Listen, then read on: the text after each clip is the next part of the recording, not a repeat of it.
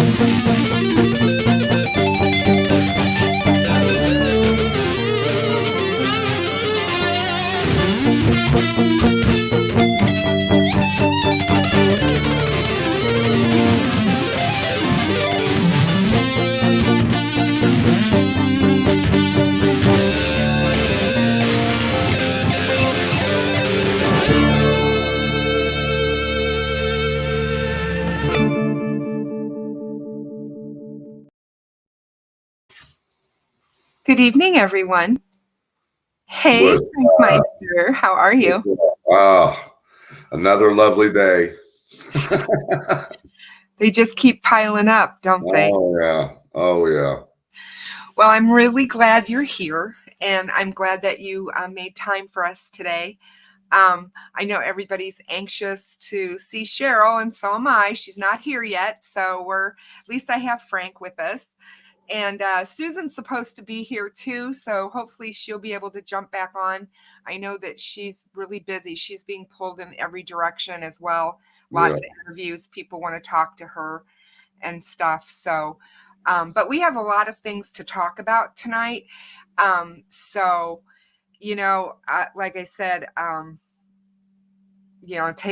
take it from here. I'm going to let you open up and just kind of talk a little bit about how you're feeling, what you heard today, and what your take is so far on everything that you have heard and how you're feeling about the case. Well, honestly, I'm extremely exhausted. I'm going home for about a week or so, then I'm coming back up here because I've got a home to take care of, and I just can't leave it sitting there like that. So I'm going to go back home tomorrow for about a week, and I'm going to come back up. But as far as the testimony and everything I've heard, I've only missed one day this week, which was Tuesday. And that was because I was up Friday, Saturday, Sunday, and Monday, very little sleep. So I had to get some sleep on Tuesday. There was no way. Because like I said, I set my alarm for 1:15 every morning. Yeah. To get up there. 1:15 rolled around Tuesday morning. My alarm went off. I couldn't even open my damn eyes. I was able to shut the alarm off and was able to open my eyes just enough to call Hayther's Mirror and say, stay home today and get some sleep because I needed it. But as far as testimony this week, excuse me, everything that I've heard so far, Richard Allen's goose is cooked. There's no ifs, ands, buts around it. Everything is pointing right at him, and especially after some of the statements that were made today on just a volunteer interview with law enforcement. There was one thing that. Well, we knew that he said something, right? We knew something happened in his interview with Jerry Holman that made Jerry Holman kind of like a light bulb go off, like we've got our guy. Well, I mean, I don't know if it had anything to do with that interview. See, that interview was not with this. What I'm talking about is when they were doing the search warrant. No, I know, but I'm just saying, I think that there was also something said in that interview, and I think that's why they were trying to suppress that interview. But go on. Well, the only thing I can think of when Holman was actually interviewing him is when Allen told him, "You leave my wife out of this." Mm-hmm. And why would somebody say that if your wife's not involved? Why would you say that? Are you implicating I'm the one, not my wife? You see what I'm saying? It's just little things like that he's saying is making you go, why would you say that, dude? And then today, Holman's on the stand and they were talking about the search warrant. And Holman said that Richard Allen sat in the car with Holman and then he would get out and smoke a cigarette. And then Richard Allen's like, "Where's my wife?" He said, "Your wife had to go to the bathroom. She went up to her work real quick to use the bathroom and she'll be back." And that's when Richard Allen asked him, he said, "Are you detaining my wife?" And he's like, "Well, no." He said, "But if you're worried about your wife, we could take you up there to her work." And he said, "No, that's okay because it's all over. It's all over." And I'm like, what the hell is that supposed to mean? Are you talking about you and your wife's marriage is over, or are you saying that your life is over because you've been caught? So there was some things of this week that were pretty interesting, basically with Richard Allen's statements alone, that has convinced me it is him. Yeah, because he also told Jerry Holman said to him, when they were going through the house, he's like, "Hey, look, man, if we broke anything or if there's anything messed up, we can give you a form to fill out and we'll reimburse you for whatever that may have been." Right. And Richard Allen said, "Oh no, it's all over." He knows he's caught. And he said that to him multiple times. So I'm thinking he knew that it was over. He knew right. He had him. He knew. I have absolutely no doubt in my mind that when they came knocking, Richard Allen knew that the goose was up. You know what I mean? He knew that I've been fearing this for 5.5 years, and it's finally come to fruition. That this they're here, and they must know it's me.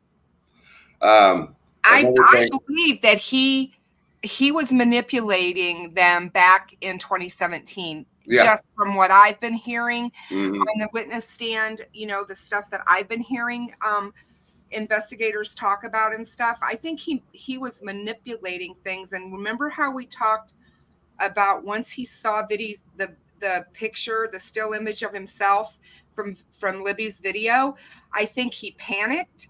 I think that we all said that he probably would have.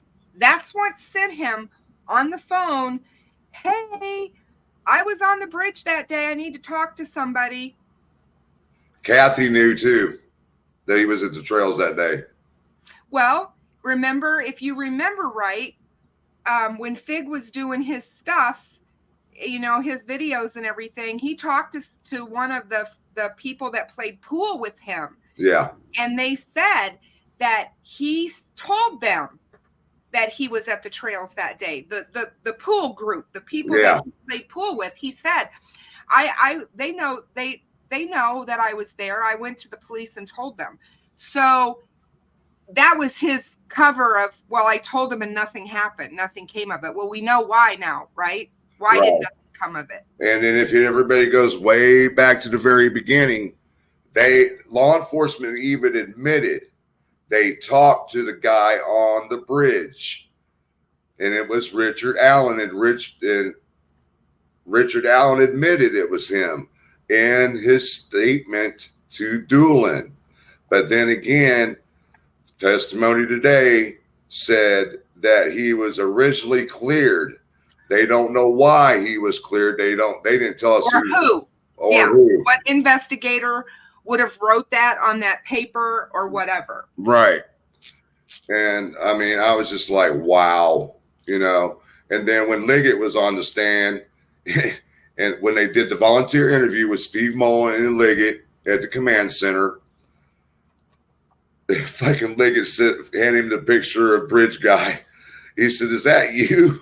And he said, "If that's the picture out of those girls' phone, that isn't me." And then I just happened to be looking at a big board that was sitting on the floor, and it was facing me, and it was a blown up picture of Bridge Guy. And as soon as I looked at that sucker, you can definitely see it is Richard Allen's face. No doubt about it. It's me. I'm telling you, if I need to pull it up. Maybe I can do that while we're live tonight. If you look at the photograph of Richard Allen that was on Kathy's Facebook page of them in Tennessee when they were on their little anniversary trip, there's a picture of him close up. He's young. He looks. It's absolutely incredible the difference in what that man looked like then versus what he looks like now. I mean, the age that man has put on himself over all of this is incredible to me. But if you look at that picture, that's Bridge Guy. And when I saw that picture of him, I was like, oh my God. I mean, he is Bridge Guy. There's just no ifs, ands, or buts about it. Now, and the conclusion that I made when I realized it was Richard Allen is that blown up of Bridge Guy in the courtroom that was sitting in the back next to the judge's thing. Richard Allen had his head down slightly in that photo. And I said, my God, you could see it is Richard Allen. I said, there's no doubt. I said, look at that. I said, that is Richard Allen, you know? Yeah. And then when they played the enhanced audio video of Libby's recording, it was crystal clear. You could hear the girls talking. You can hear them walking on the gravel at the south end of the bridge. You hear Libby say, that's a gun. And then a split second later, you hear Richard Allen go, guys, down the hill. Oh. And then it cut off. Oh, my God. Yeah. Yeah. So I was just, Rosie's a dick. Oh, yeah. I just, sorry, Bon. He's all ego. But I mean, a lot of these guys are, you know, I mean, the shit out of, they're all A personality types. Liggett. He was attacking the shit out of Liggett. Liggett wasn't taking a shit. He wasn't. Yeah. Firing right back at Rosie. and I mean, it seems like every time they try to ask a question, objection, form a question, you know, and then sustained. Me and Susan kept track. At one point, it was 13-0 the state on objections. I was like, damn.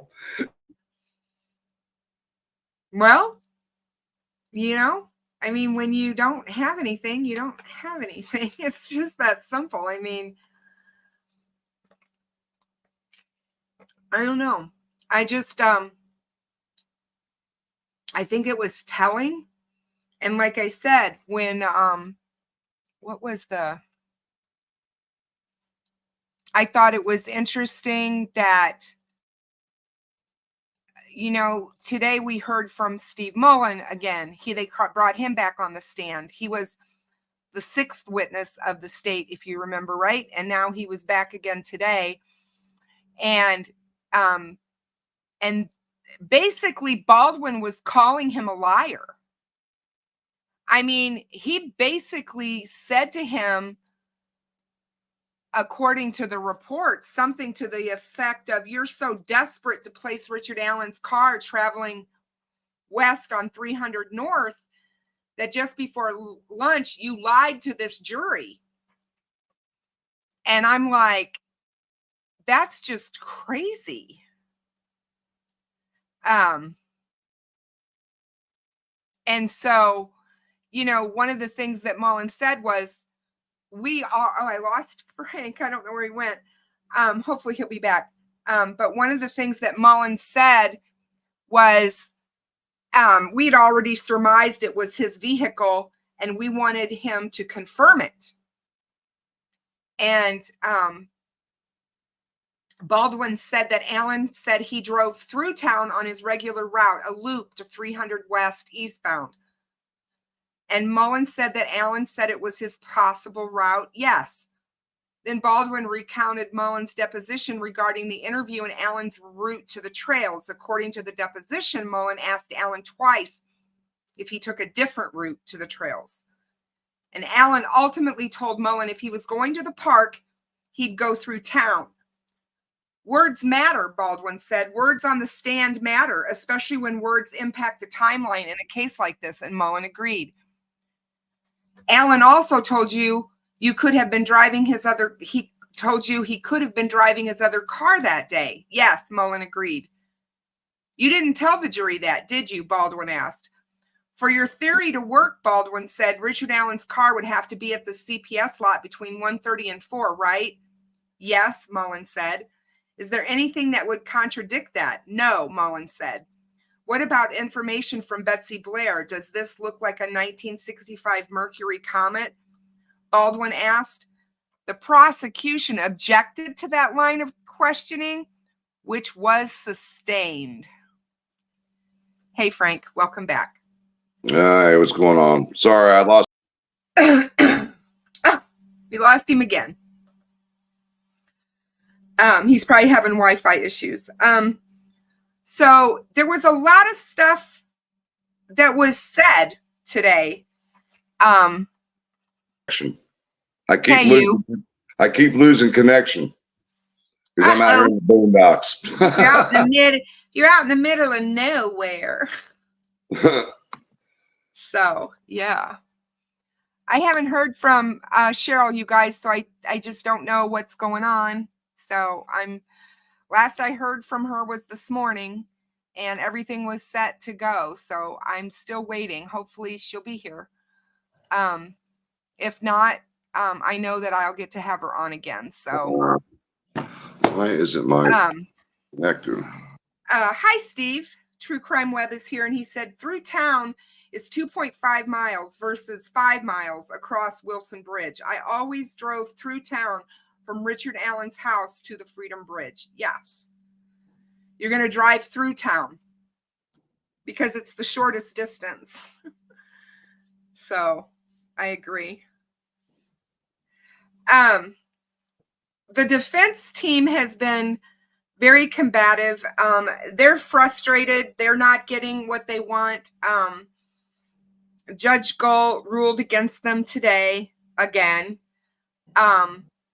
She's not allowing their intern to testify. She's not allowing their so-called expert, Mr. Tobin. Mr. Tobin.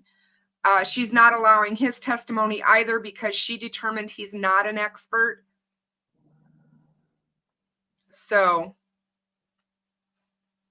the defense is feeling very, very much behind the 8 ball in my You can see it on Rosie and Baldwin's face. There's no doubt you can see it. That they're feeling frustrated. Well, not only frustrated, you could basically see the defeat in their eyes. Yeah. I mean, and we haven't even got to the confessions yet. We haven't even got to that point. Wait till they start going through those and we start hearing those in his own words and his own voice. And again, when you start hearing Richard Allen admit this crime, it's going to be, it's going to be huge. Hey there, buddy. I don't know what's going on. Oh, here we go. Hold on. It just disconnected on my laptop again, but all right. Well, there you are. At least I can see your face. Here is Susan. Hold on. Hey, beautiful. Hey there. Is this thing on? I'm kidding. I don't know what I'm doing. I love it. You don't know how to do it when you had to do your interview with Grace. Hi. Hey, what's up? Hi. Long time no see. Frank, It's you already pouring down home? rain. It's pouring down rain here and thundering and lightning like crazy. It's on your way, Frank. It'll be there probably in 2 hours. Oh, don't tell me that. I'm We're going to just- adjust something. Oh my gosh. It's like. Oh, you don't have to clean up for us. Sure. I You don't know. have to clean up for us. My dinner gummy bear. Oh, eat those You gummy didn't bears. eat? What'd you say? You didn't eat? No. It sounds like me when I'm here. We don't eat all day and get back to the hotel room and we're like, oh, we're too exhausted to eat. But Kristen, I don't know what Frank told you, but today was insane. I thought Holman and McClellan were like Kobe and Shaq. Yeah. They nailed it. They mic dropped.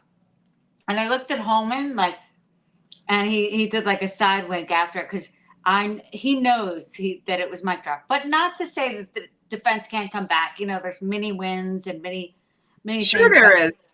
But it's pretty big when your defense person, your suspect is sitting at the table and the lead investigator is able to say he was in the car with me and basically said it's all over. It doesn't matter. It's all over. Yeah. And I mean, come on. What do you when think that means? Kristen, when I knew that was really big, Frank, because I don't know if you noticed, you may have, but so Amanda was next to me. Right? Mm-hmm. So Frank's here, me, Amanda, and when he said it doesn't matter, it's all over, meaning like, yep.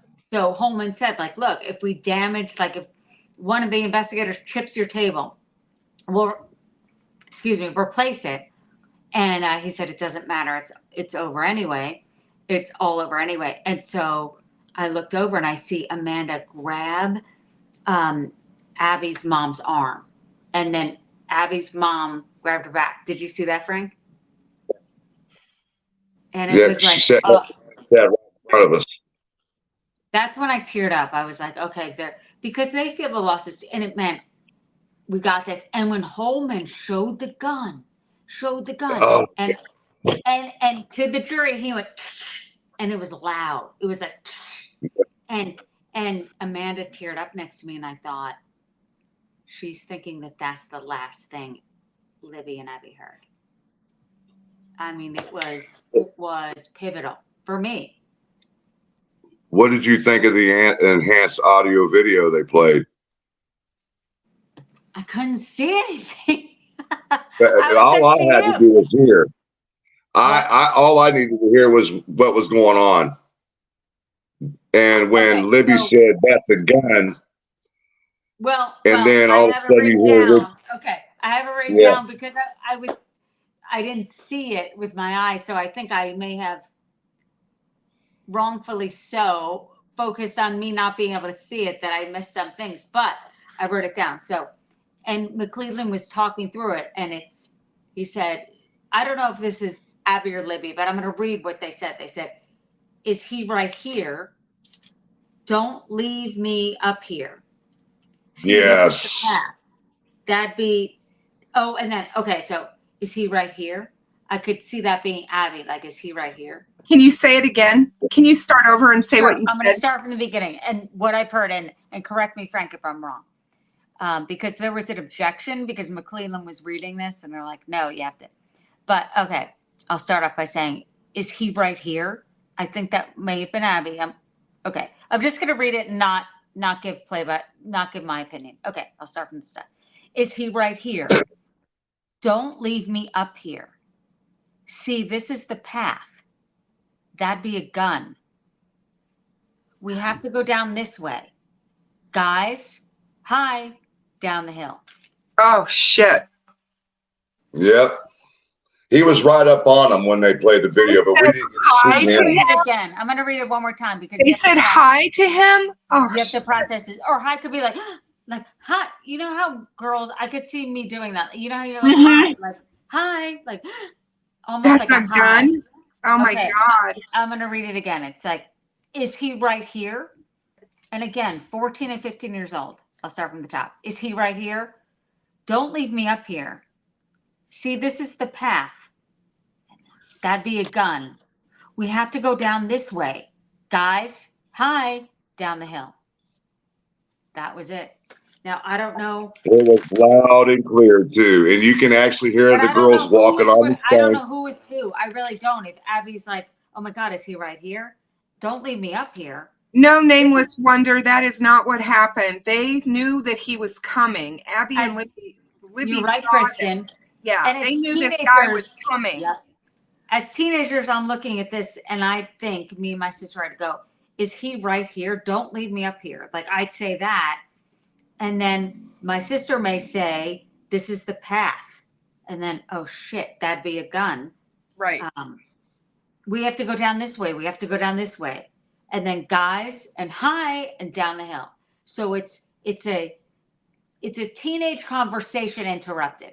So we can't really get, unless you understand 14 and 15-year-olds who are like, don't leave me here. Oh my God, is he there? Like almost like that. That's what like, we is were he listening. still coming? You know, where is he? Is he right behind me kind of thing? You know, because I'm sure Abby didn't want to turn around.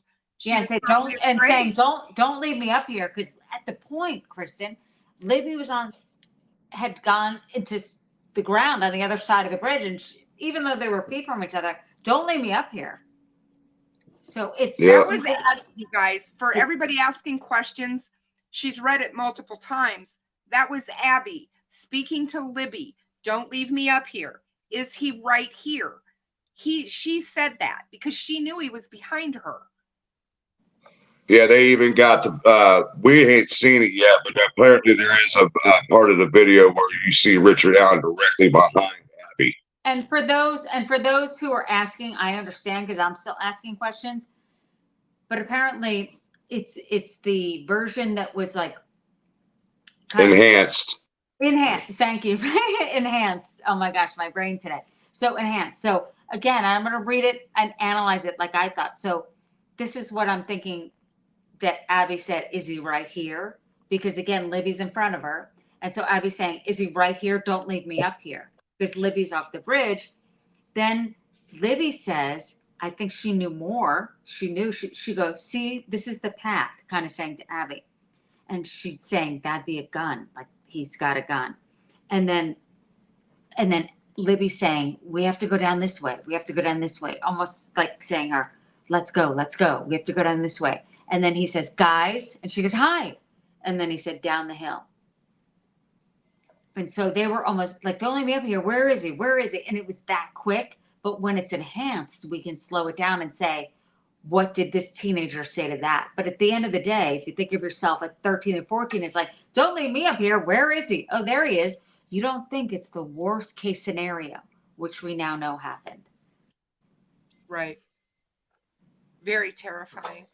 And you know, it's like we've heard for so many years, you know, that this video and the audio was short and there wasn't a lot. And there's been so much conjecture over that, you know, on whether did they just not tell us? Is there more? Whatever. And you can see why they were frustrated because there is very little there, but there's still a lot there at the same Kristen, time. It's and hard. like, you know, it's funny. It's like there's so little, but there's so much. And I think it's because the nuance between teenagers and like best friends, like today I happen to be on a line because you have to line up every single time you walk out of the courtroom. And it's fine. We're following Judge Gold's rules. But I'm scared of her. So we're lining up and I said, hi, I'm Susan. I met you at the Bacon Festival. And he said, oh, yeah. I said, weren't you the principal of the Delphi? And he said, well, I was, but I was Libby's teacher. And I remember Becky telling me that was her favorite teacher. And this guy was so cool. And so I got to talk to him. And he said, I'm in a different district now, but we're on fall break. And I decided to come up here. And I said, well, you have to get ahead of me. You should be ahead of anyone in this courtroom because you're part of her life. And exactly. You're more or less family with them. You should get the seats. And he goes, no, don't make a big deal. And I'm like, no. And I said, tell me about her. And he goes, she was great. He said he remembers one day where Abby's class was across the hall and she was like running into Abby's class. And he said, come on, Libby. He's like, if anything, I had to reel her in, like, come on, Libby. And I looked at him because I happened to be next to you, Frank, in that area. And I just happened to turn and I see him when they played the call. And it's Libby's voice. And that's what he starts crying. And I saw him and I went, oh no. Because they sounded little. I mean, and you forget, my daughter's 15, my son's 8. He has a baby voice. But I'm sure when he's older, I'm going to forget what an 8-year-old sounds like. But you forget. And that's what got Amanda. That's what got everyone near us. When you hear their voices, it's like, and then if you imagine fear. To hear your loved one's voice and then with a twinge of fear, them. If I heard my daughter fearful and knowing the day before we saw autopsy photos, I mean, you know what happens. It was so sad. And I saw his face. That's what got me, the teacher's face, because he loved Libby. And it was horrible. It was for him. It was heart-wrenching. It was very heart-wrenching. Mm-hmm. I mean, even though we didn't get to see the autopsy photos by Dr. Kaur, I was telling Kristen last night, when he was describing the injuries and all that, when I was doing my live last night, I couldn't even describe the injuries because it was affecting me emotionally so bad. I had to have Kristen do it. Well, it's funny you said that. What happened? You can put that off. Go on, Frank. Sorry. It wasn't the fact that I didn't get to see him. It was when he was describing them, I was picturing the injuries in my head and it hit me.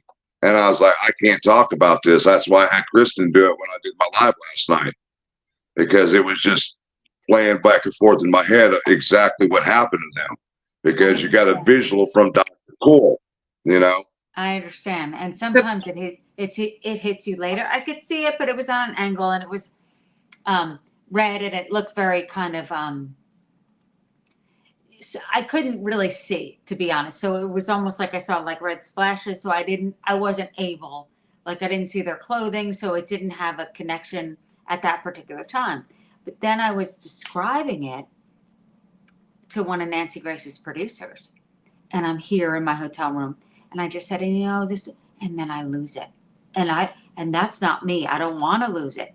But it comes out at different times. And I went, oh no. But I knew it was taped. Luckily it was taped. I went, I'm so sorry. She goes, no, I get it. And it started I'm like crying about, because I thought, I'm strong. I talked about this story forever. Nothing can, affect me. And then all of a sudden. Oh, you just don't know when it's going to hit you. I mean, we've got such a connection to these girls, and it's like we've always in our heads thought we knew what possibly happened to them, but now that we actually hear it and we know how horrific it was, they knew what was going to happen to them. I just know that they knew something horrible was going to happen to them, and there was nothing they could do. And I think that's what's so gut-wrenchingly hard about all this. I mean, Mike said that's what kept him going is through this, is to know what those girls went through those last few moments of their lives pisses him off. You're right, Chris. And I remember his presser, now thinking back to Mike, he's like, these girls loved each other. They were best friends. And Mike's smart as hell. And I think he said, like, I think one of them could have made a run for it. And he's absolutely right. I think one of them could. And reading this here again, it's like, okay. And again, it's interpretation, but it says like, okay, so is he right here? Is he right here? Saying like, is he right? And you think you're still a teenager, you're not thinking the worst. Is he up? Don't leave me up here. Like, don't leave me. And then, Right? Especially when you see and then that. Libby, I could see going, see, this is the path. And then, but I don't think, so as a teenager, I could be wrong, that they would say that'd be a gun. Maybe that's a gun. Like, we have to That's go. what it sounded like to me that one of them said, that's a gun. Yeah, and then Libby saying, I think from what I've read and from what I've heard, I could be wrong, that Libby's here trying to say, we have to go down this way. We have to go down, like bringing Abby along and saying, this is the path. There's no way, like almost like bringing them away from him. And then that's when he says, guys, and she goes, hi. And it's like down the hill. Because she was trying to say, hey, there's no path that way. Almost trying to like Right. divert and say, come on, there's no path this, let's go. And then it's just sad.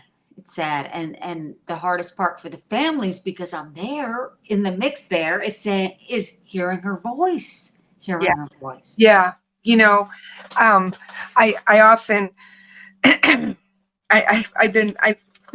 it's gotta be, I just don't Are even you know. all right? I mean, I don't know know. how to explain it, but you know, it's like with my own son, I had a recording of him on our answering machine, and he, we did this for over and over, and he would always say, please leave your name and address instead of your name and phone number. And we were like, you know, he's only 4, so we were trying to get this, and I accidentally deleted it, and it was back in the day, we didn't have all the things that they have now. Right. And so it was like, that was the voice that I could have had forever saved of his voice. So I get it, because when you hear their voice after so many years. I'm so sorry. Wasn't it just the anniversary that he passed away?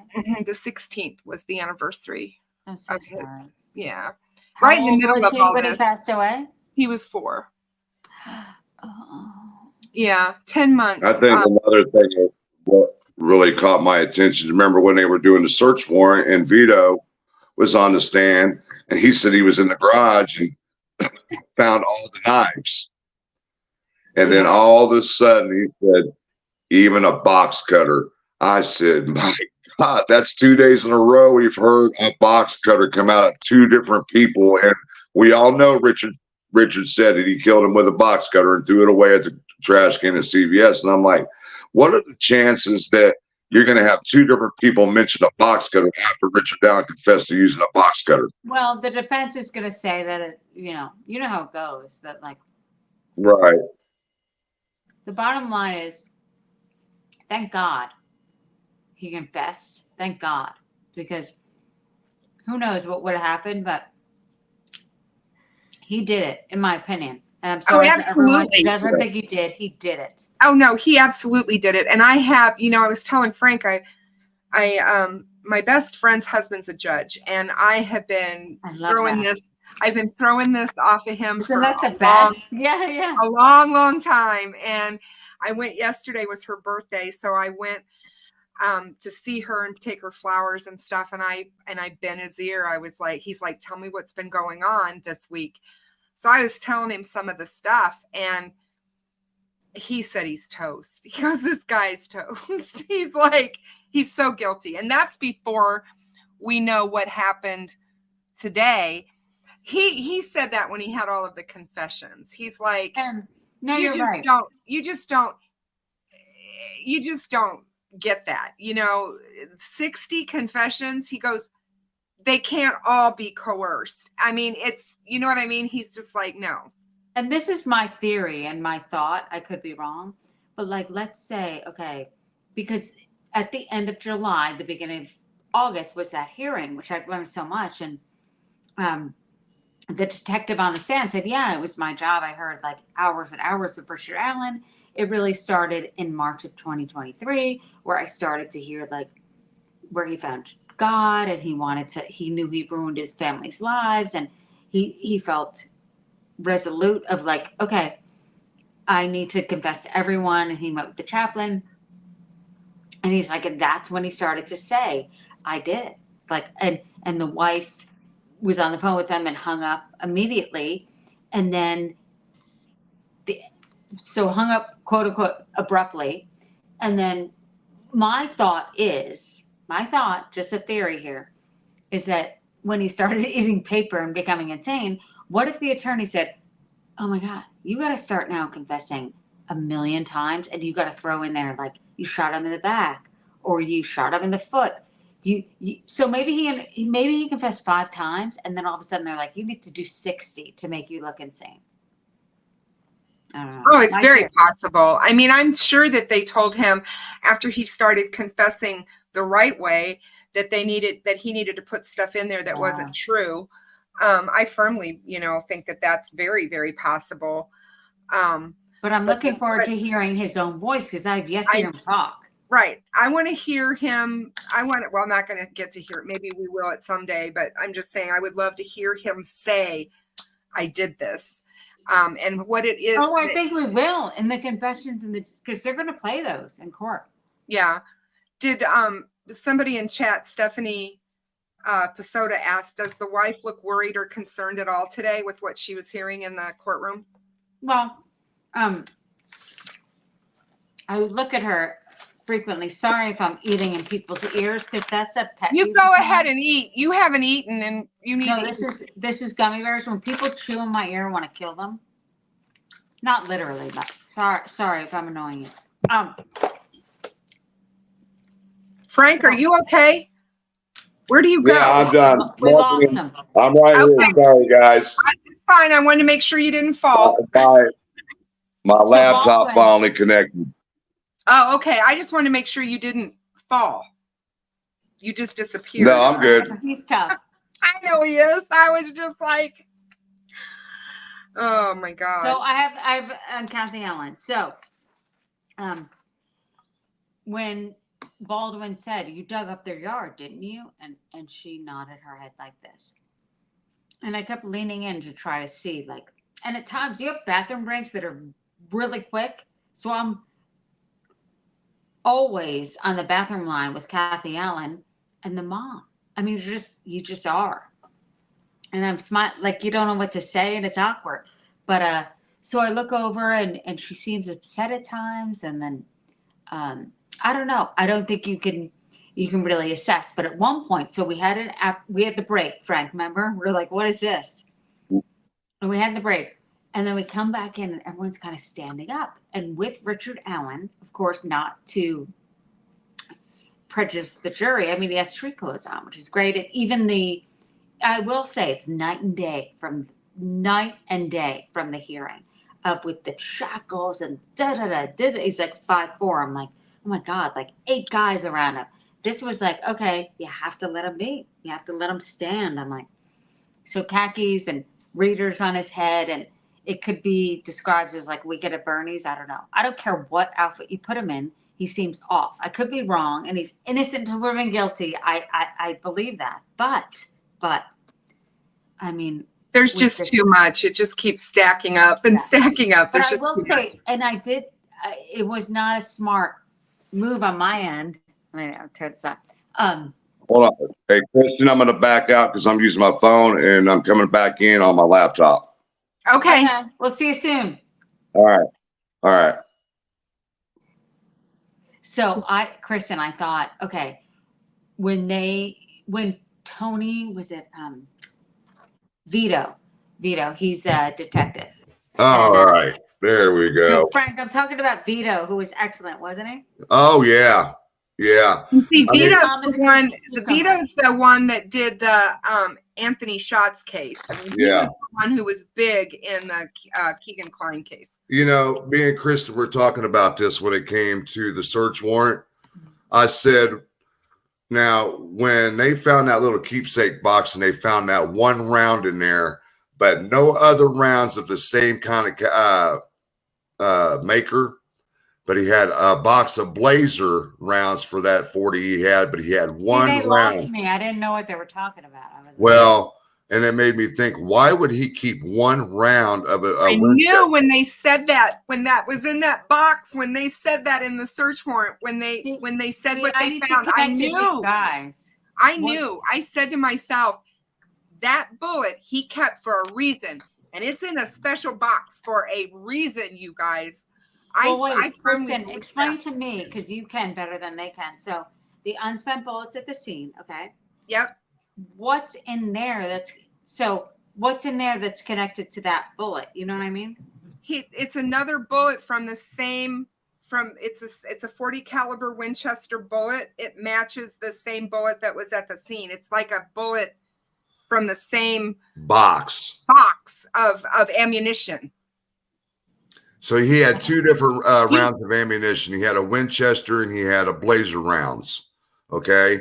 He had a box of Blazer rounds, but he didn't have any more, a box of Winchester, but they found one Winchester round in that keepsake box. My question was, me and Kristen talked about this. Why would you keep one round of a Winchester? Why? Okay. Tell it to me on my level. Like, talk to me about like clothes. Okay. No. Okay. So he had bullets for his gun that were made by Winchester, and they were 40 caliber. One of them was left at the scene between the girls. Right. One of them was found in a keepsake box on the top of his dresser, and that was taken. But like, not like a bullet that I would see. Never. It's a bullet that wasn't shot. It was just a round, an unspent round. But if he's that nuts, well, nuts is a bad word. If he's that like obsessed with like a specific, wouldn't he know to get the bullet and pick it up? It was something to remind him for what he did. It was like a trophy. I think he kept it as a reminder. Me too. But do you know? Do you think he knew he may have unspent I round definitely think he probably did, and I think that he was probably interrupted. We still don't know by who or what, and he didn't have time to look for it. He didn't have time to find the phone. Great point. I think the same with the phone. Well, me and you talked about this last night, Kristen. Great point. If the phone was on under Abby, think about this. Remember when we said it was possible that Libby had put the phone in her back pocket? Remember that? Yes. And then when he made Abby or put Libby's jeans, put Libby's jeans on, the phone was in the back pocket and fell out. Probably. Oh my God. Yeah. So and that's how the phone would have ended up underneath Abby. Oh my God. And another thing I do want to clarify is that everybody, ever since they did the search warrant, found all them phones, everybody was made to believe that the wicker basket full of phones was under the bed. No, it was in the closet. Oh, but one thing, Frank, I don't know if your mind went there. Mine did. And I was thinking of like, of course, men's spending habits, which is not like women, but when they said, when Baldwin said, so nothing was found on that, because they showed the jacket. I couldn't see it because of where it was saying the blue Carhartt jacket. And I thought to myself, in my head, I'm like, oh, that's bad. You know, not a splatter of blood is found on that. If you see the day before Libby's injuries. And then I'm thinking, wait a minute. It's 2017 when the murder happened. 2022 when they're searching his closet. Men will just buy a new jacket. Like, I don't think he's the brightest guy. I think he threw that away and he bought a new one. But I don't think very, very possible. Absolutely. Or it's not that one. Or like Frank said, maybe he had it dry cleaned. No, I think he tossed it on Mears Farm or wherever. See, good point. My speculation, and he bought a new one. Good. And that's a good dumb point. as he is, he bought the same jacket. Now remember, when Mullen was on, was it Mullen or was it Liggett? Liggett. When he questioned one of them about the Hoosier Harvest Store camera. Why wasn't Richard captured on the camera walking on 300? Because he me and walked Chris- behind Mears Farm in the Yes. Yes. And he tossed the jacket. and the souvenirs. because he knew that camera was there and he didn't want to be seen on it. But when we say tossed at Mears Farm, what does that mean? Burning in Mears Farm? No, Or is it still hidden behind like some hay? That or it's out there in the field somewhere. Who knows? I mean, did anybody go look out there? I'm sure. Liggett was questioned about that. Oh, what'd he say? He said, I don't know, because he wasn't the lead investigator Yeah. at that time. There was some, and of course, Delphi being so small, they weren't ready for this. There were times that I cringed, like, ugh, when he was questioning Liggett, was it Rosie? And Liggett said this, I don't know, I'm not a gun guy. You're a cop. You can't say I'm not a gun guy. You cannot. You can never say you're not a gun guy. If you're It was basically the ballistic testing is what Rosie was talking about. After years, dead parts inside the gun start to wear out. Liggett, I'm not saying he's at fault, but you can never say I'm not a gun guy. It'd be like if I'm like, I'm not a TV person. No, you are. You are. You're a gun guy. You're a cop. And that's a bad analogy on my end. But it kind of shocked me when Liggett did say that. I'm like, but look, they're looking for and I think Liggett did well. I think he said he stood up against Rosie. I think he stood his ground. There's no doubt. Yeah. Were you guys surprised that how the lead of Richard Allen was found? Did that shock you guys at all? I don't think we still know. When she took the stand, it came out today that, What was that? the lead of how they found out about Richard Allen, the fact that the technician who had been Frank called it, the clerk, whatever, who had been the person entrusted with all these leads and these files and everything for years. I met her in the hallway. It was amazing to meet her, and I said, "Oh yeah, Miss Shank, yeah." She said she's like, I used to watch HLN. She said it took her 2 years to catalog all of those and get them put into some semblance of order in some way. And she said that she found a file that wasn't with the others, and that's where his stuff was at. Whatever, that piece of paper or whatever that Doolin had filled out. And she knew immediately that this was huge and that it needed to go to Liggett. I just thought that was so, to me, I know there's people out there that their mouths are dropping and they're going, oh, the Keystone Cops, I can't believe this happened. And all I'm thinking is, how human of an error is that? We've all probably misfiled stuff at work before, and it just happened to be, in this case, so huge. Well, at the final presser, remember, there was a rumor about like, oh my gosh, what could it be? And I can't wait for Doug Carter to take the stand. But I remember Doug Carter thanking her. Frank, don't you? Like, her name. So there was always rumors. They did present that statement in court today. Oh, they did? What did they say? Well, remember, he showed Liggett. He said, do you recognize this statement from Richard Allen? Nick did. He said, yep, that's it. You mean from Doug Carter? No, the statement that Richard Allen had given Doolin. Nick pulled it up and handed it to Liggett. Do you recognize this statement? He said, yes. And he said, yes. What was it? It was the statement from Richard Allen. What did he say? In the Save-A-Lot parking lot. Remember, we were trying to at the grocery store when he went, because it said that was the other thing. It's always been a contention on when did Richard Allen go to police. Well, it sounds like he called on the phone and said, hey, I was at the bridge that day, and it took them a couple of days to get back to him. It was until the 18th. Did it say when he called? Did it say when he called? It didn't say when he called, but it said it was the 18th when Dan Doolin met with him. And he called him on the phone and said, I need to talk to you about what you know. Would you be willing to come down to the police station? And he said, no. He told him, no, I won't go to the police station. And then he asked him somewhere else and he said, no. And he said, well, where do you want to meet? And he said, the Save-A-Lot parking lot. Oh my God. So it was Richard Allen who wanted to meet him in a parking lot. I figured that. I knew that. And he didn't want to go to the police station for a reason, guys. So the question I want to know, why didn't Dan Doolin through the years go, oh my God, isn't that the guy that I talked to? That has always baffled me over the years. What the hell? Why not? If it should have clicked in his head, well, if this guy was out there and saw the 3 girls. I know. I've often said that too. Why?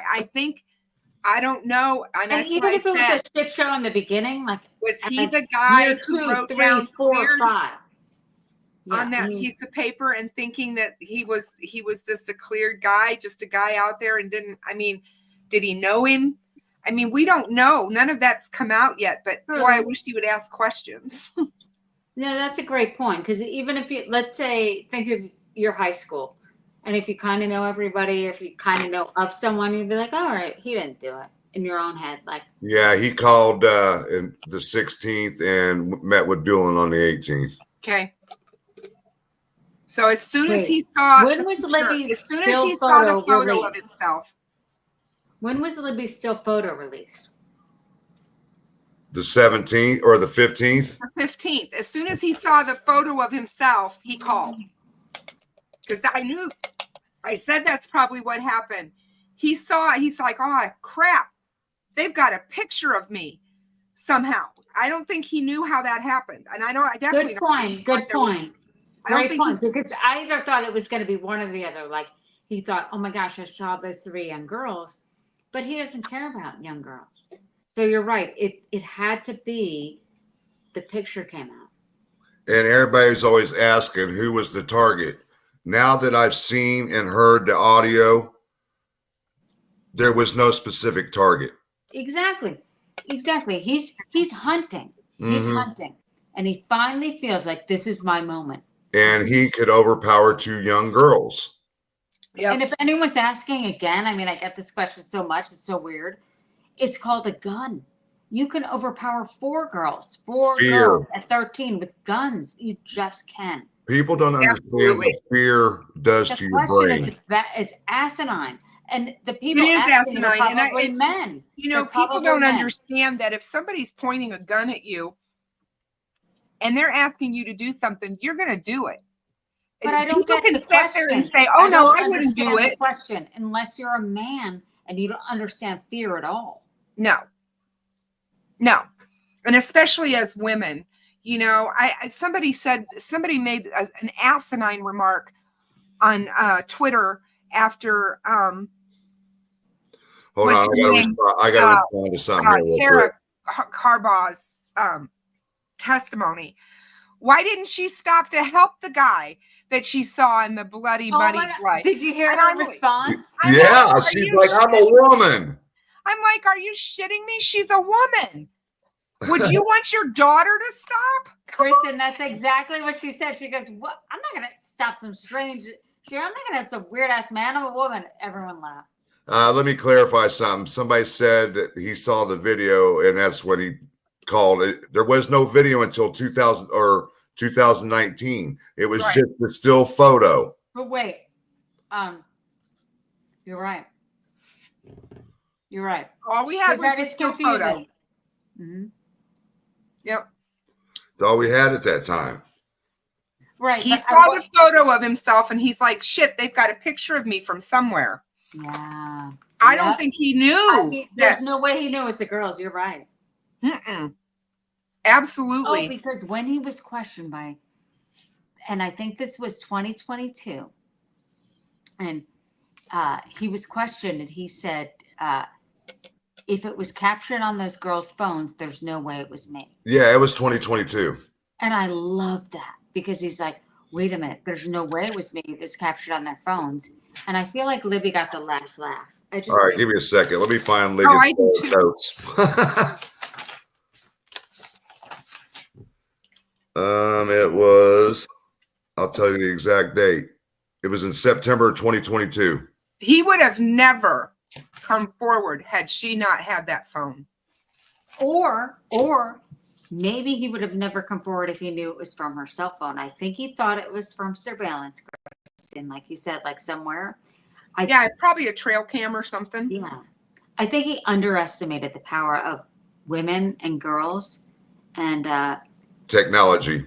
he honestly had a deep hatred for them. I mean, well, he definitely underestimated Libby because she had a hankering for true crime and for, you know what I mean? That was one of the things that she, I don't want to say liked, but I mean, it interested her. right. And I think Absolutely. for her age, she was very aware. Girls, no matter the age, have intuition, and yes, it was there, and she was very smart, and she knew that, just like Mike said, she was going to videotape him to be able to tell later, hey, Grandpa, this guy was really bizarre or weird, you know, whatever. And then when she realized he had a gun, you know, I mean, and you know what? It was the video audio they played was very powerful today because it was clear and cut what you were hearing. What did you guys think about the jury today? Do you think that they were engaged? Oh yeah. Yeah. Oh yes. Definitely engaged. Especially the guy on the bottom, closest to the door, one with the glasses on. Yeah. He was the one that was sending the questions in to the judge. Yeah, he's excellent.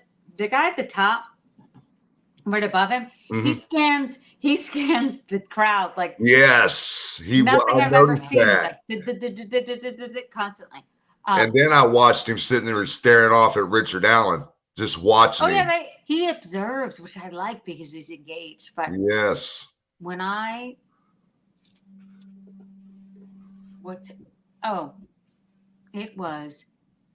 it doesn't matter. Wait, what was the actual quote? I wrote it down about Richard Allen. I got that. Oh, it doesn't matter. It's over anyway. Yep. I wrote it down twice. It doesn't matter. Oh, and he changed his time. The time change. That's what was interesting too. Okay. So imagine like you love your house, you care about your things, and then you think you're going down. He said, he was questioning his wife. Did you detain her? And Holman said, no, we didn't. She's at her place of work. I could take you to her. Yeah, she had to use the bathroom. He says, it doesn't matter. It's over. Yep. And twice. And that's, I swear, I saw one of the jurors go like this. And everybody's sitting there looking at each other. What does he mean by it's over? I had to think about it twice too. And I'm thinking, is he saying him and his wife's marriage is over? No. Or is he talking about his right wife away. is My over? life I knew is right over. away. I don't care if it's Yeah, no, I knew right away when he said it. I was like, he knew he was cooked. He knew he was caught. He knew that they had him. And that's when Amanda grabbed Abby's mom's arm and she grabbed back. And I saw a bracelet. That image is etched in my mind. It said, pray for Delphi. # pray for Delphi. What about in 2022 when he changed his ID to change the height and the weight? He didn't do it in 2022. He did it in That's what they said in court. Oh, I thought he did it in May of 2017 or April of 2017. We've had so much information through our heads. I could be confused. Yeah, No I matter thought what, it was if in you're April. Could you guys of imagine 2017. changing your license? That means And he you said- did it. Doolin It said doesn't matter what dates. You did it. Doolin said he went back to see if what they had on him, and that's what he found. It came up that on April 1st of 2017, Richard Allen applied for a new fishing license. Yeah. And when he did, he changed his height from 5'4" to 5'6", and Doolin thought, wow, that's weird. Now that was after they had his name. He didn't do this in 2017. Doolin didn't. He did this year. or I mean in 2022. Yeah, When did Doolin think it was weird? What year? He thought it was weird when he went back to check after they had Richard Allen's name in 2022. Dan Doolin said he checked their computer system to see if they had anything in their system for Richard Allen. I'm sorry, I sound like a bitch, but it's too late. Dan Doolin messed up. Oh, hell yeah. it should have clicked in his brain right out the gate. What is going on? Can I say something without this sounding? I don't want this to sound I don't either. the way it's going to sound. But what the F? this is how I feel about this. You have a conservation officer who is, yeah, it's a law enforcement officer, but we don't see them as the same type of police as we see regular cops. Hand over the tip. Yeah. But at the same time, this guy has been asked to take in tips. Not only that, but to interview people that are calling in with tips. And I understand that small town, right? So he gets this guy who comes to him and says, "No, I'm not meeting you at the police station. No, I'm not meeting you there. I'll meet you here. I'll meet you out of the gate. Out of the gate. That's the guy." And I'm like, red flag. Well, for me, and maybe it's because I'm an armchair detective, I don't know, but I'm like, red flag. And then he says, he actually writes down on his little piece of paper, "We need to check out those 3 teenage girls." What the hell? That to me, Frank, don't take this the wrong way, but that's just a man's mentality. Oh, come on, They were looking at the girls. You want to hear my assessment? I'm like, what person in their right mind? That this guy has an aggressive mother who's like, "I'm not going to be there." Okay. Or an aggressive father is like, "Okay, you're the officer. You say what happens." Yeah, exactly. I'm like, are you kidding me? You just know that you've got 2 girls that were just brutally murdered, and you have a man telling you he was there that day wearing the same thing. I have to take the other side. It was a couple days in. Imagine, like, this guy's a dad, a husband. He's not going to be like, "What do you mean you want me with the grocery store? I met the killer." I know. We're just mad. I know I mean, take it from a male perspective. I know. You know, we all know that not every male has the same thinking mentality. But for me, no, but when I first heard that, nobody knew anything. He wasn't kind of pinning it on Richard Allen, period. Well, it's besides the point. As a police officer yourself, it should have clicked in his brain right off the bat. Well, I was at the bridge and I ran into 3 girls, and it would have clicked in my brain instantly. And I was wearing the same damn clothes in the guy that we just put out his freaking picture. You guys, no. And correct me if I'm wrong, Frank. I don't think he mentioned the clothes until 2022. Well, I'm not going to be wrong. I'm just saying, like I said, not all males have the same mentality, but once I heard what happened there at the grocery store, it should have clicked in his head immediately. Oh, yeah. Immediately. You guys are wrong. No. Do you remember? I cover murders all the time. Nobody thinks that they look like us. So when they see a guy in a parking lot who has a daughter, who has a wife, they look at it's like you, Frank. They're like, "Oh shit, all right. He's too busy. Come on, Frank, wherever you want to meet us." They don't think it's you. He doesn't come off as crazy. But when he refuses to meet at the police station, that's another. Frank, if you're like, "Look, dude, I'm busy," I'd be like, all the more reason. God, he's giving a tip. He's going out of his way. All right, Frank, come here. Like, no, it's not. Now that I talk it out, nobody thinks that it's that guy. Right. Well, I'm not saying it was that guy. What I'm saying is he should have instantly said, "This guy needs to be thoroughly interviewed." Exactly. Actually, if he was there, you're right. You're right. Yeah. You know.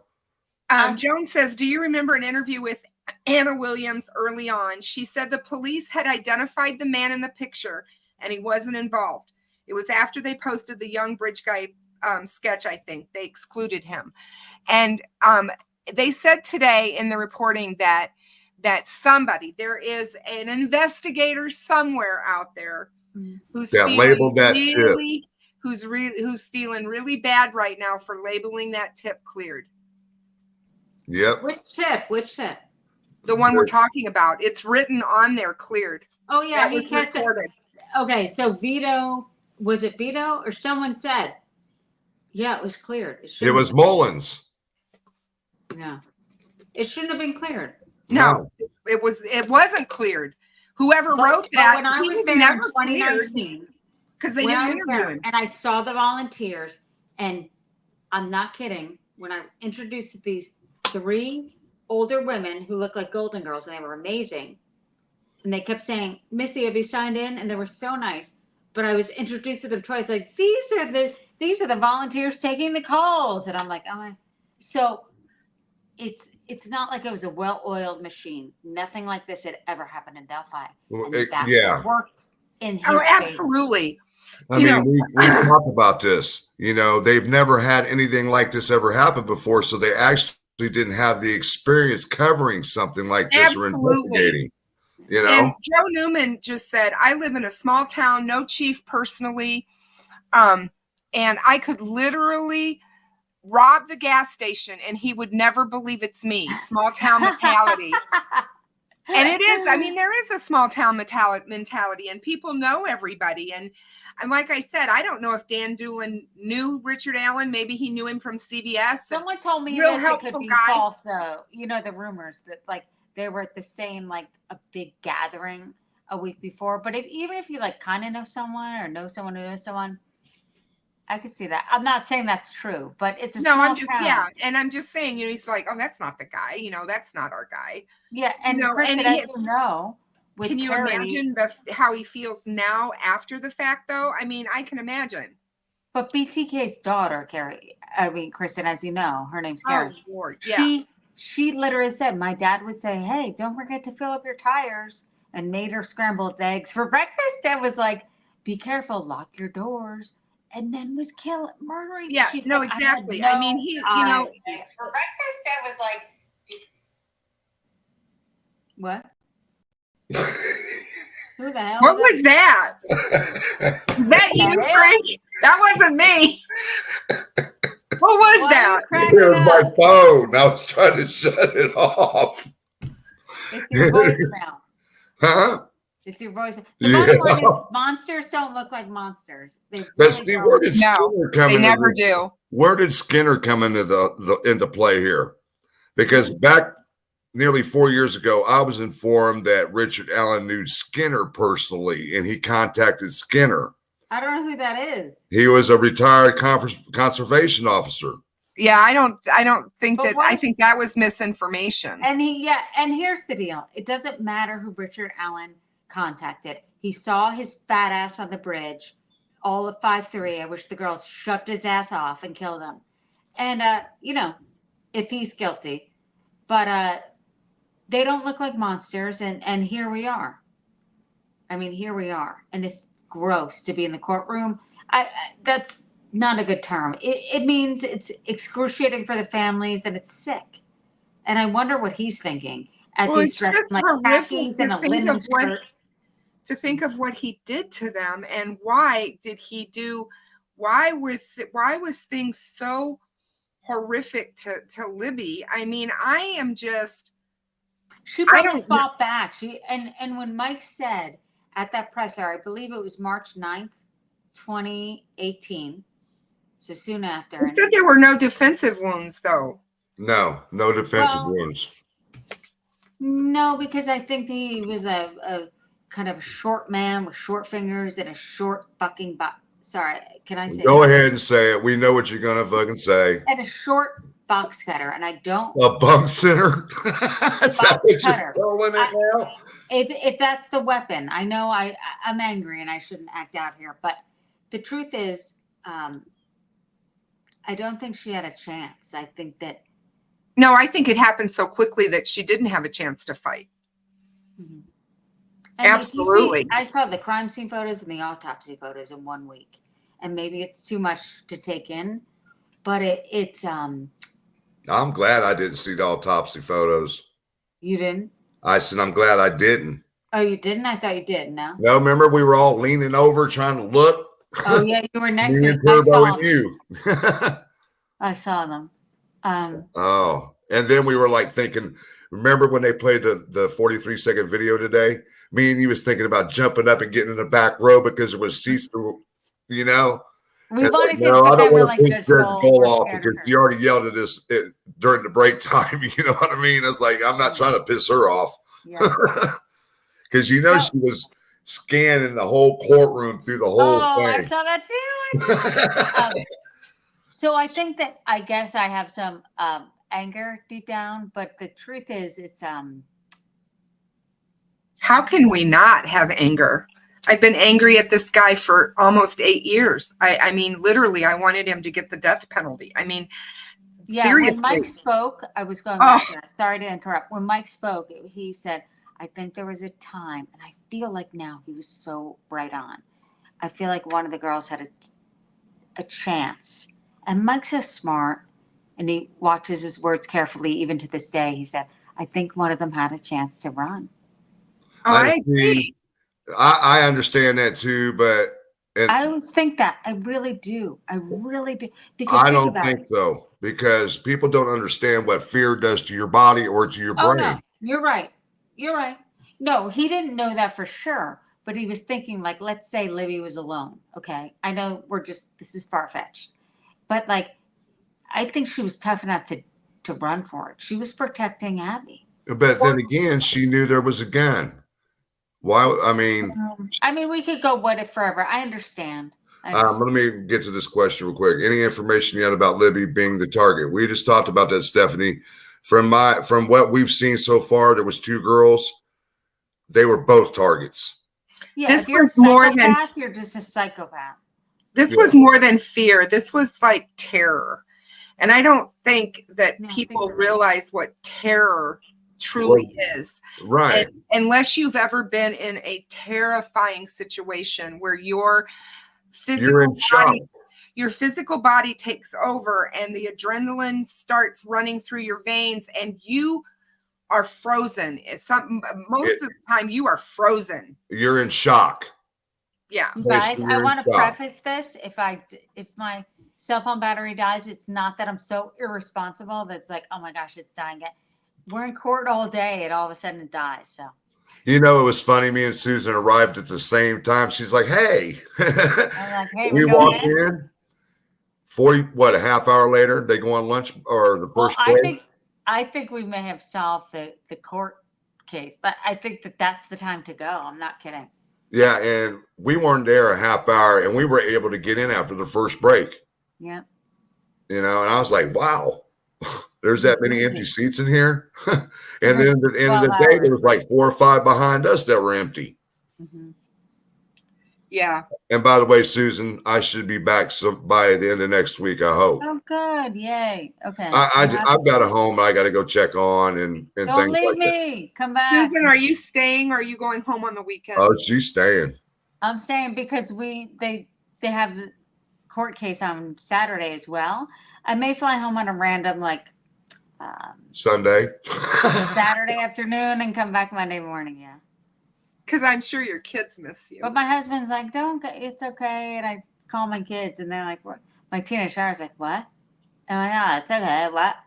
But my son, so it's my own guilt in my own head. But I get it. Feel, but being in that courtroom today was so amazing and so pivotal. And I really feel like it was great, especially since we knew so little, like seeing Holman and I don't know, McClellan, I thought it was like magic. I know I sound cheesy. It was. And look, if there is a defense, and I have to preface this because I do, but if he's innocent, there's no way the families want an innocent man locked up because then all of a sudden the guy that did this is he's still out there. Yeah. The motive that we've heard is sexual assault. And Sheryl McCollum always says to me, Susan, that's always the motive. And I went, really?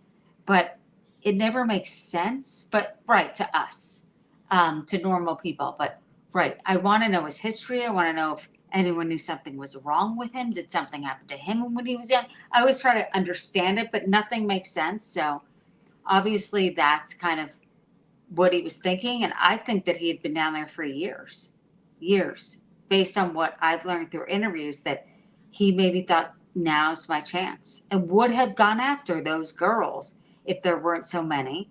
And I think I heard today, Frank, did you hear this, that he thought that they were babysitting because there was a young one? So he Oh, probably you're talking about, sister. yeah, The 3 girls, because Yeah. there was a sister.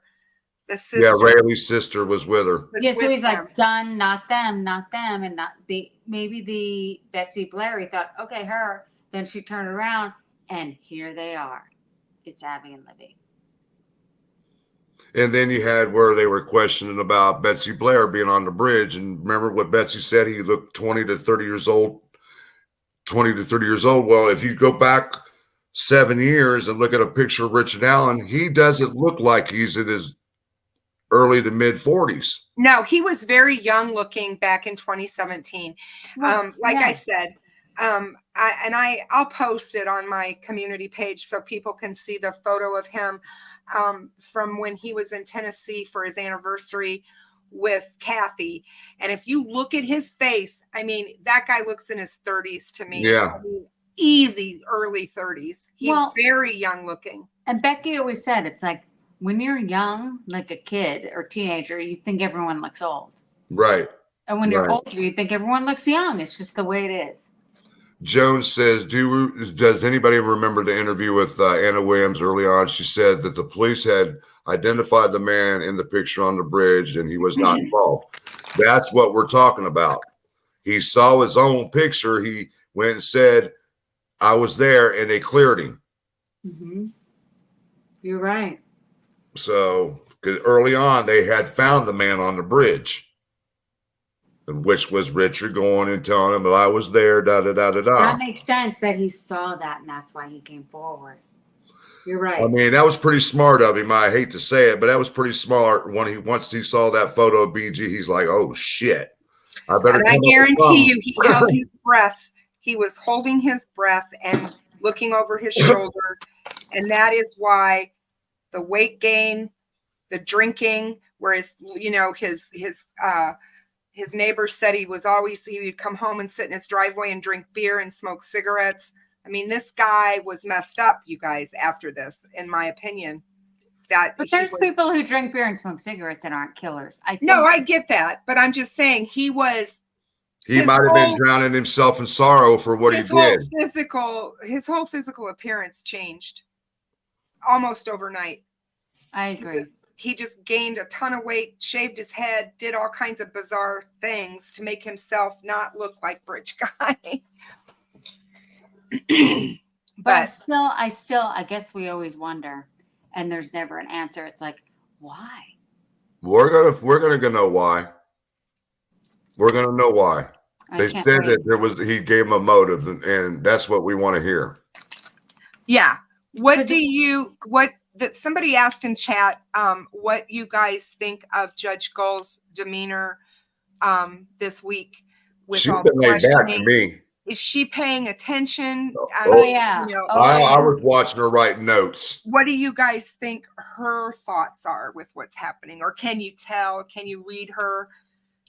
It's funny. I was offered from the family side, like, here, eat a sandwich. She won't notice. I'm like, no, I'm scared of Judge Gull. I'm not eating in her courtroom. I am petrified. She had an eye like an eagle. She was watching everything, not beside what was going in front of her, but out in the gallery. I'm like, Judge Judy on steroids.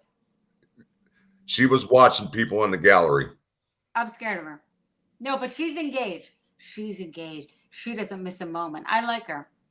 And I feel like... I think she's a very strong woman. And there's people who think like, okay, there was some obvious issues. I had never been to a hearing before, the one where there were no issues, or they faked it. And she's fair. You saw, Frank, at the side, they put on a sound machine when they have a sidebar. Yeah. So they don't white noise.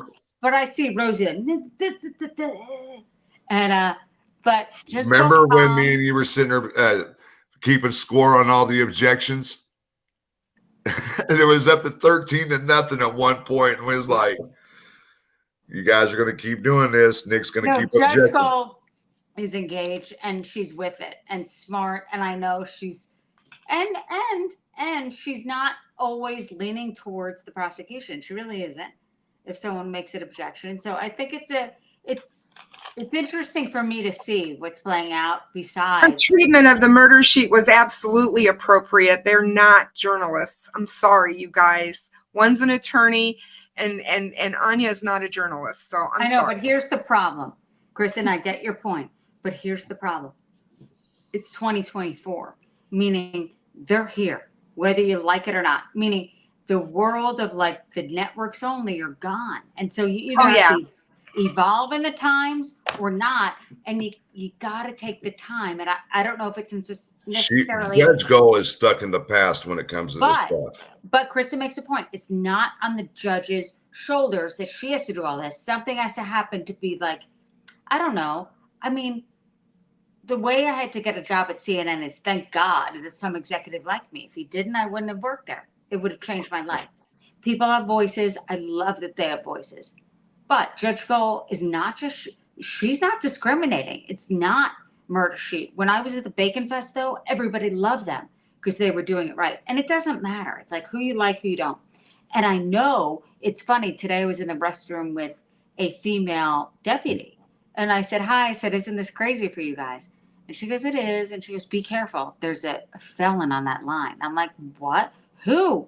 And she told me who it was. And so it's batshit, Kristen. I get what you're saying.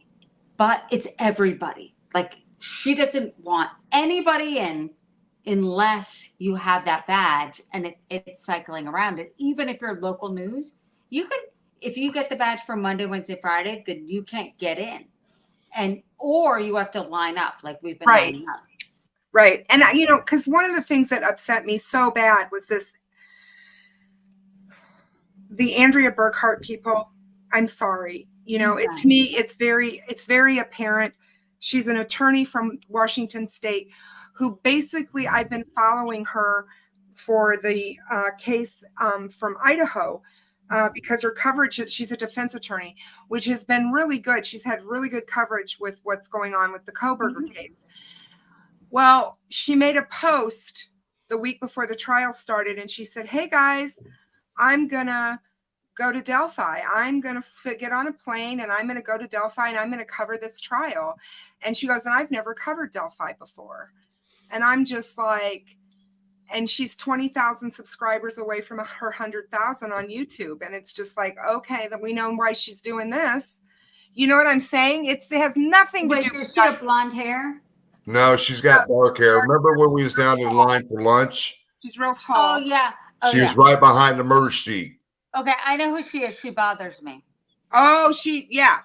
And I called her out. I mean, I left her channel. I don't mean to be nitpicking. I'm sure, whatever.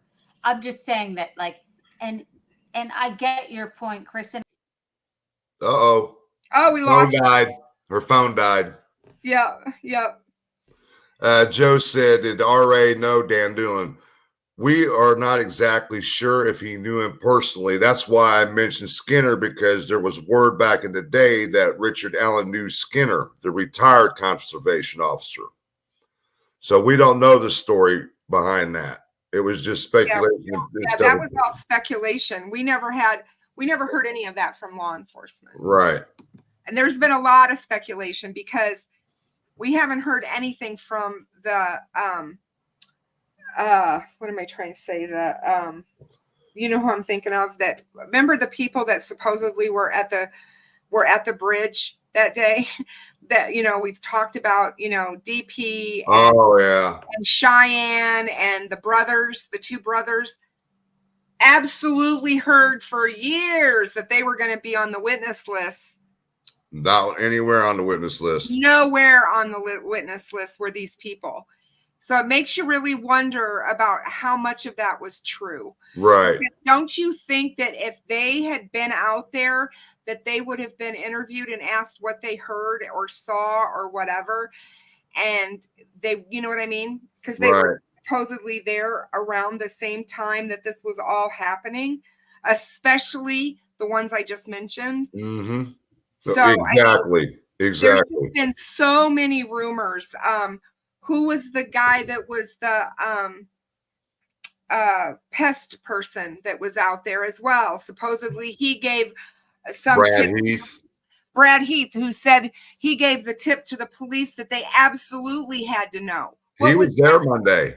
Yeah, I was just like, what's that tip? What's that tip that, you know, we've never heard anything about? So Yeah, I mean, it's just things like that. I seen Brad Heath on Monday. He was there, but I didn't see him on the witness list. I just happened to see him outside getting in his vehicle and leaving. There's just been, like I said, there has been so much misinformation over the years and put out by so many people, you know, that as fact. You and I've talked about it. They put stuff out as being factual, and you know, it wasn't. So here we are. We're in court. We're hearing the facts. If it's not said in court, it's not fact. Right. That's what you guys have to remember. For everybody that keeps putting stuff in there and asking about, well, why haven't we heard about this, or when are we going to hear about this? They're building a story. They're telling a story, and it's going to go in chronological order. Exactly. You have to wait for those kinds of questions. But if you don't hear it, and it's already been part of the story has been told, then it didn't happen. So, but yeah, I'm sorry that I don't know what happened to Sheryl, guys. I will get with her and find out what happened and why she's not here tonight. I'm really sorry about that, because I was really looking forward to talking to her. And you know, she's a very busy woman as well. She's still working. So, she could have very easily gotten called out on a case. Anything's, you know, possible. So, but I just want to thank everybody for being here. We've been here now for an hour and a half, and I know that Frank is extremely tired. I've got my second win, but once again I want to reemphasize to everybody that I plan to be back there hopefully within a week, in a week and a half or so, because I know you guys depend on a lot of us for the coverage that's actually in the courtroom, and I am glad to do that for people. But like I said, I've got to take a break and get home, because I have a home, you know? Yeah, of course you do. You know, and I just don't want to, and Blade also, you know, I'm sure he misses home too. So he absolutely does, because they don't understand when their routine gets completely over, you know, out of whack. Right. But thanks so much to Heather's Mir for taking care of him today for you, so that you could go to the Yes, she is a great woman, and I really appreciate her time that she's taken away from her own family. They had to pick me up every morning and taking me to the courthouse, and then pick me up at the end of the day. It's greatly appreciated. But and also, like you said, she took Blade all day today, so I wouldn't have no worries, you know. So, and I'll have Susan back on again when her phone's charged, so we don't have to lose her that way. Love her to death, you guys. She's amazing, and you know, she's a very good voice for Delphi and the Delphi community. And yeah, it's going to be really interesting, guys. Hold on to your hats and your seats, because things are going to start getting real. Just like Real GonZo posted on one of my community posts this week, people are going to start hearing things that's going to really get real. Yeah. And we're getting there. We are, I mean, you know, crime scene photos, autopsy photos, the actual audio and video recording of what was said and what happened. And now we're going to get into Richard Allen and why Richard Allen is Bridge Guy, and why Richard Allen is guilty of this crime.